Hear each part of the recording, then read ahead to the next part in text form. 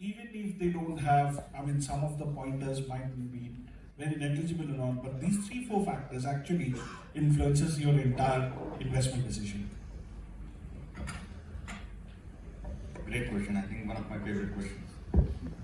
So, and that's the real DNA that I would want to build and scale, is that don't look what a startup can do for you.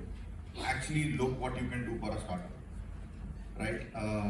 Startup is anyways coming to look, get something from you, and then you look back to them and saying, how much can you make it for me, right? That's not the right approach. If a startup succeeds, everyone is going to make money. That's the least of a concern. But what all do we really need to nurture that is very, very important. I don't want to have 100, 200, 300 startups in my portfolio, and I'm not talking about my investment, but my other way of investing my time and intent, is really what I can do for that startup. I generally look at an arena approach, where I would like to go and build startups in a complementary and a supplementary position. For example, we are doing it in electric vehicles, we are doing it in fintech, we are doing it in water. So these are 3 arenas that we approach.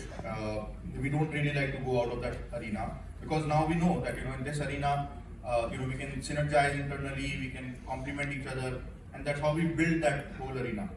So we do have an arena approach. Second is, I really like to work very closely with my founders. So much so that I spend up spending 18 to 20 hours of my day with them, right? So we are chatting, talking in the morning 3 a.m. Then we are meeting in office at 8 a.m. and then we are having fun all the day and we are working hard. So when you have to do a heavy lifting, you really need to have good environment around. You need to have a lot of fun and frolic. So we like to do that. So that's very important for us. Yes, and delivering the commitments. That's third thing that I really look in the founders, in the startup, and from ourselves, right? So you can't be taking it a one-side approach that what a startup can deliver, what you can deliver for a startup.